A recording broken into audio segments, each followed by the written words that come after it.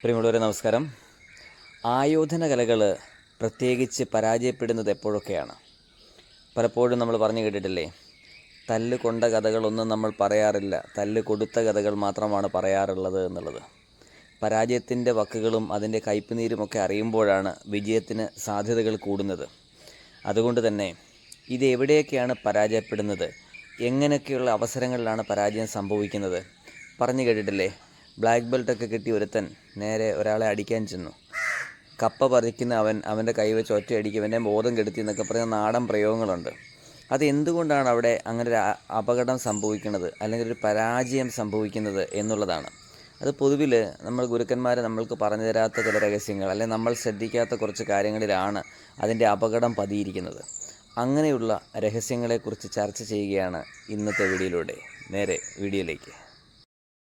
പലപ്പോഴും ആയോധന കലകൾ പരാജയപ്പെടുന്നത് പൂട്ടുകൾ, പ്രയോഗങ്ങൾ, ആയുധങ്ങൾ, അടവുകൾ ഇതൊക്കെ എവിടെ പ്രയോഗിക്കണമെന്ന് അറിയാത്തപ്പോഴാണ്.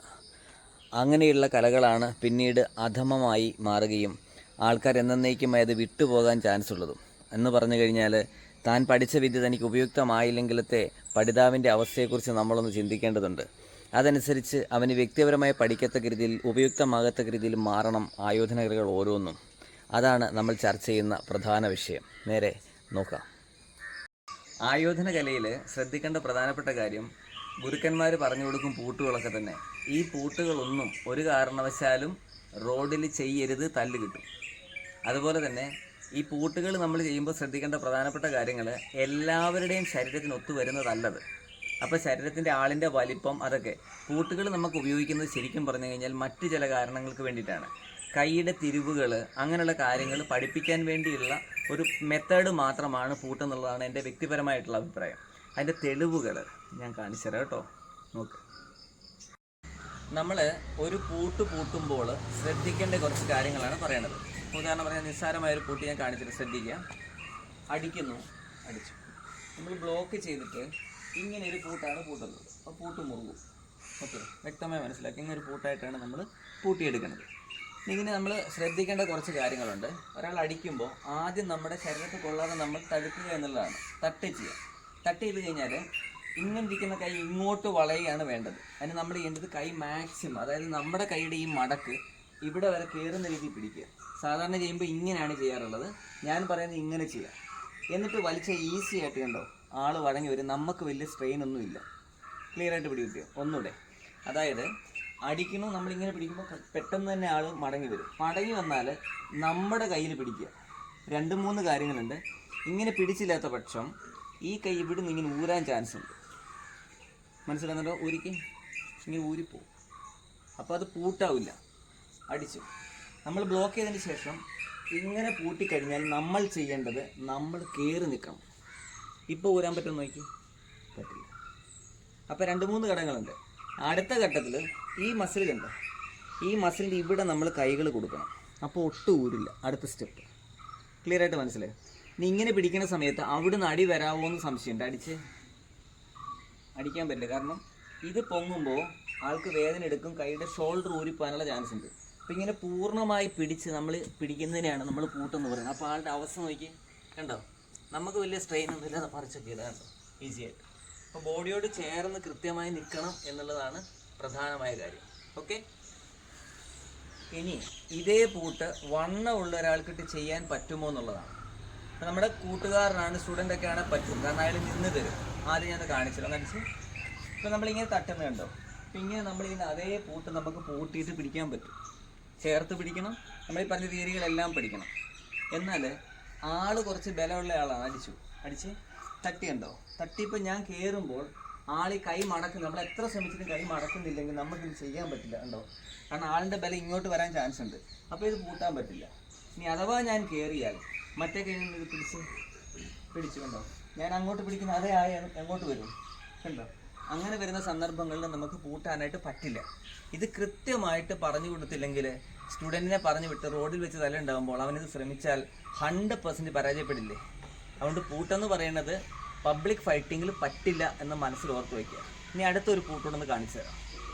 ഇവിടെ നമ്മൾ മറ്റൊരു പൂട്ടാണ് ചെയ്യണത്. വളരെ ശ്രദ്ധിക്കുക. അപ്പോൾ അടി വരുമ്പോൾ അടിച്ച് നമ്മൾ മെല്ലെ കയറി ഇവിടെ പിടിച്ചിട്ട് ഈ കൈ കൊണ്ട് നമ്മളിങ്ങനെ പിടിക്കണം. അത് വളരെ സിമ്പിളായിട്ട് കളരികളിലൊക്കെ കാണിക്കുന്ന ഒരു പൂട്ടാണ്. ആൾക്ക് അനങ്ങാൻ പോലും പറ്റില്ല, ഫുള്ള് ക്ലോസ്ഡ് ആയിരിക്കും. പക്ഷെ ഇത് വണ്ണം ഉള്ള ഒരാളുടെ ഒരിക്കൽ നടക്കില്ല. നമുക്ക് നോക്കാം.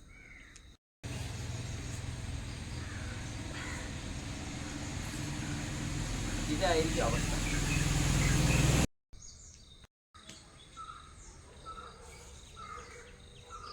ഇത് വളരെ ഫേമസ് ആയിട്ടുള്ള പോലീസ് ലോക്കാണ്.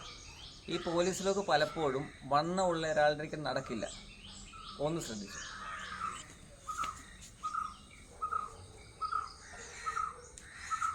ഇങ്ങനെ ഒന്നും പിടിക്കാൻ പറ്റില്ല വണ്ണമുള്ള ഒരാളെ. ശ്രദ്ധിച്ചേ, കണ്ടോ? നടക്കുമോ? നടക്കില്ല. എന്തുകൊണ്ടാണെന്ന് പറഞ്ഞുതരാം. മൂവിങ് ആയിട്ടുള്ള ഒരു ഒബ്ജക്റ്റ് ഉണ്ടെങ്കിൽ, അത് ചലനാത്മകമാണ് കാര്യങ്ങളെങ്കിൽ ഒരാളെ കൂട്ടാൻ ബുദ്ധിമുട്ടാണ്. മറിച്ച് ആൾ നിന്ന് തരണം. അത് നമ്മുടെ ഗുരുനാഥൻ പറയാറുണ്ട്, ഡെഡ് ബോഡിയിൽ പൂട്ടാൻ പറ്റുമോ എന്ന് ചോദിച്ചാൽ പോലും പറ്റും. കാരണം അതുപോലും കൈ അനക്കി തരില്ല, ചേർത്ത് വെക്കുമെന്ന്. അതുകൊണ്ട് മൂവിങ് ആയിട്ടുള്ള ഒരു ഒബ്ജക്റ്റിനെ ഒന്നും ചെയ്യാൻ പറ്റില്ല. അതിന് 2 തിയറികൾ പ്രധാനമായിട്ടുണ്ട്. ഒന്ന്, നിൽക്കുന്നിടത്തുനിന്ന് നമ്മൾ മുന്നിലേക്ക് കയറിയാൽ പൂട്ടാൻ പറ്റില്ല. 2, നമ്മൾ ഇറങ്ങിയാൽ പൂട്ടാൻ പറ്റില്ല. കോണോട് കോൺ കയറിയാൽ പോലും പൂട്ടാൻ പറ്റില്ല. അതാണ് എൻ്റെ തിയറി. അതൊന്ന് കാണിച്ചു തരാം കേട്ടോ. വ്യക്തമായി മനസ്സിലായോ? ഒന്നുകൂടെ കാണിച്ചു തരാം. ശ്രദ്ധിക്കുക. നമ്മളിവിടുന്ന് അടിക്കുമ്പോൾ ആൾ തട്ടുന്നുണ്ട്. ആളെങ്ങോട്ടോ മുമ്പോട്ട് മൂവ് ചെയ്യും. അറ്റ് എ ടൈം നമ്മൾ മുന്നോട്ട് മൂവ് ചെയ്യുക. മൂവ് ചെയ്തിട്ട് ഈ കൈക്കൊന്ന് ജസ്റ്റ് പ്രഷർ കൊടുത്ത് വലിച്ചൂരി കഴിഞ്ഞാൽ പൂട്ട് അവിടെ ഒഴിവായി. ക്ലിയർ?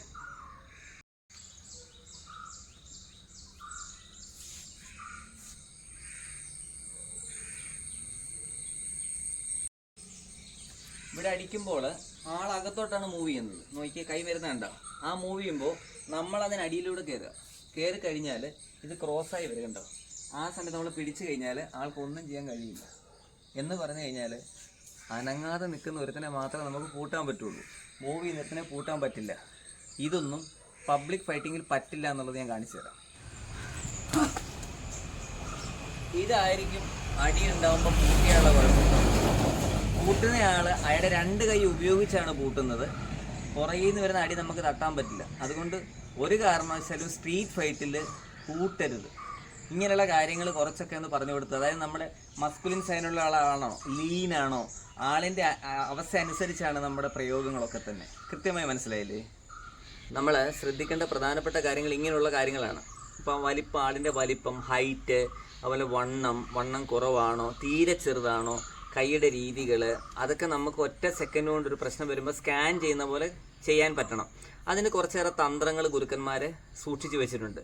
അതൊക്കെ നമ്മൾ കൂടുതലും പുതിയ മോഡേൺ മാർഷൽ ആർട്ടുമായിട്ടൊക്കെ ബന്ധപ്പെടുത്തി നമ്മൾ അതിനകത്തെ ചില ശകലങ്ങൾ എടുത്തിട്ടാണ് ഞാൻ എൻ്റെ ക്ലാസ്സുകളിൽ പഠിപ്പിക്കാറുള്ളത്.